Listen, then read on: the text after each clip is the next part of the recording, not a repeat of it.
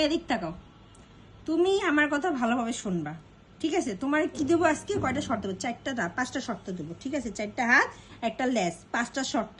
আর কি পারিবারিক শিক্ষার অভাব, বুঝছো? তোমারও তো তোমার বাপ মায়ের জীবনে পালে নাই, কোনো পারিবারিক শিক্ষা দেয় নাই। কি করছে?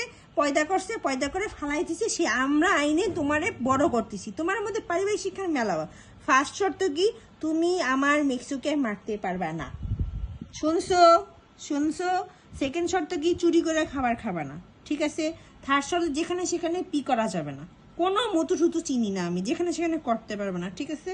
আর 4 নম্বর শর্ত কি? কোনো কামড়া কামড়ি খামচা খামচি তুমি করবে না।